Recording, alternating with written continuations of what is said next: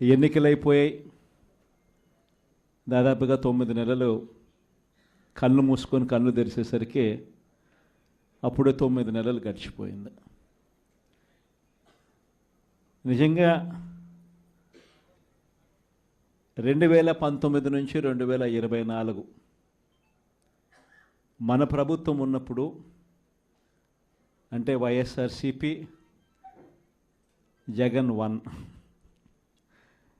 పరిపాలన ఉన్నప్పుడు మనమంతా కూడా ఆ 5 ఏళ్ళు చరిత్రలో ఎప్పుడు చూడని విధంగా, ఇంతకుముందు ఎప్పుడైనా ఇది సాధ్యమేనా అని అనుకునే పరిస్థితి నుంచి కాదు, లేదు, ఇది సాధ్యం అవుతుంది అని చెప్పి చరిత్ర మార్చిన పాలన చూపించగలిగిన పాలన ఎక్కడైనా జరిగింది అని అంటే అది వైఎస్ఆర్ కాంగ్రెస్ పార్టీ పాలనలోనే మాత్రమే జరిగిందని చెప్తాను. ఈరోజు పరిస్థితి ఏమిటి అని చెప్పి ఒక్కసారి చూస్తే, నేను చెప్పిన ప్రతి అంశంలో కూడా ఒకవైపున సూపర్ 6 గాలికి ఎగిరిపోయింది, సూపర్ 7 గాలికి ఎగిరిపోయింది, ఎన్నికలప్పుడు చెప్పిన మేనిఫెస్టో చెత్తబుట్టలోకి వెళ్ళిపోయింది, ప్రజలకిచ్చిన మాటలు మోసాలుగా తేలిపోయాయి.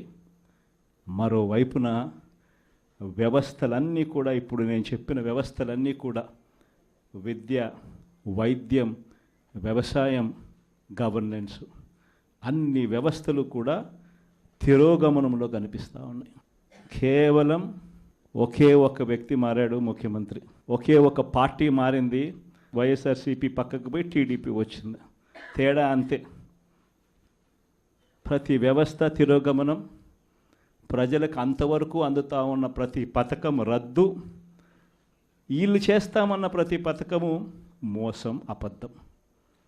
కేవలం 9 నెలల కాలంలోనే ఇవన్నీ మన కళ్ళ ఎదుటే ఇవాళ కనిపిస్తూ ఉన్న పరిస్థితులు.